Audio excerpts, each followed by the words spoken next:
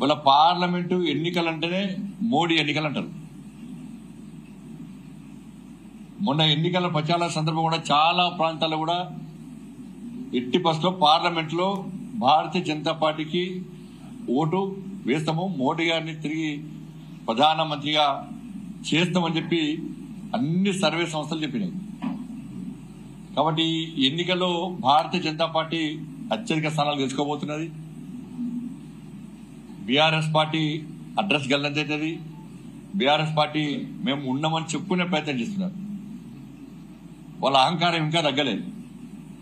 కేసీఆర్ కొడుకు అహంకారం కానీ ఆయన బాడీ లాంగ్వేజ్ చూస్తే ఇంకా మేము అధికారంలో ఉన్నాము అని చెప్పి ఒక ఫీలింగ్ పోతలేదు ఆయనకు.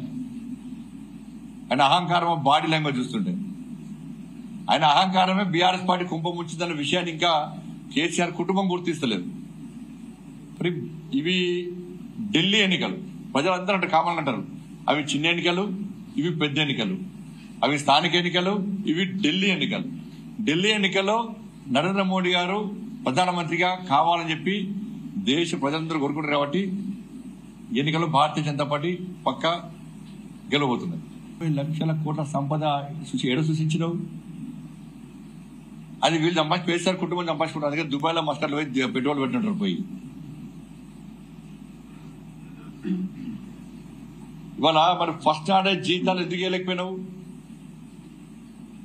తెలంగాణ రాష్ట్రంలో భూములు అమ్మే పరిస్థితి ఎందుకు వచ్చింది? 6 లక్షల కోట్ల అప్పులు చేయాల్సిన అవసరం ఏమొచ్చింది? ప్రతి ఆర్టీసీ ఎందుకు నిర్వహణ అయిపోయింది? డిస్కంలు ఎందుకు డీలా పడుతున్నాయి? ఉద్యోగస్తులకు ఇలా ప్రమోషన్లు కానీ శాలరీ ఎందుకు ఇస్తలేరు? దళిత బంధు అందరికి ఎందుకు ఇయ్యలే? 3 ఎకరాలు ఎందుకు ఇయ్యలే? పోడు భూముల పట్టాలు ఎందుకు ఇయ్యలే? ఆ శ్వేతపత్రం చూస్తే ఈ ఒక్కసారి అబద్ధాలు ఆడి ఆడి తెలంగాణ రాష్ట్ర ప్రజల కుంభం ముంచిన తర్వాత 2 సార్లు ముంచారు, 3వసారి ప్రజలు గుర్తించి ఇవాళ వాళ్ళని మొత్తం తగిన గుణపాఠం చెప్తే కూడా ఇంకా అబద్ధాలు ఆడుతున్నారు. ఈ గవర్నెన్స్ కంటే ఈ కొండగట్టుకు వెంబడి పైసలు ఇచ్చినట్టు ఆయన, కొండగట్టుకు వెంబడి అభివృద్ధికి పైసలు ఇచ్చినట. ఉన్న 5 కోట్ల రూపాయలు మనం తీసుకోవే ప్రయత్నం చేసిండు కామారెడ్డికి.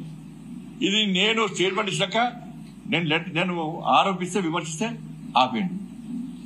జగిత్యాల మీటింగ్ పెట్టి కొండగట్ట అంజనకు పైసలు ఇస్తాడు, విమలకి వచ్చి మా 20,000 పన్నెండు పెళ్లి చేసుకున్నా అన్నాడు. అన్ని ఎప్పటి కేసీఆర్ ఒక్క పైస ఇవ్వలేదు.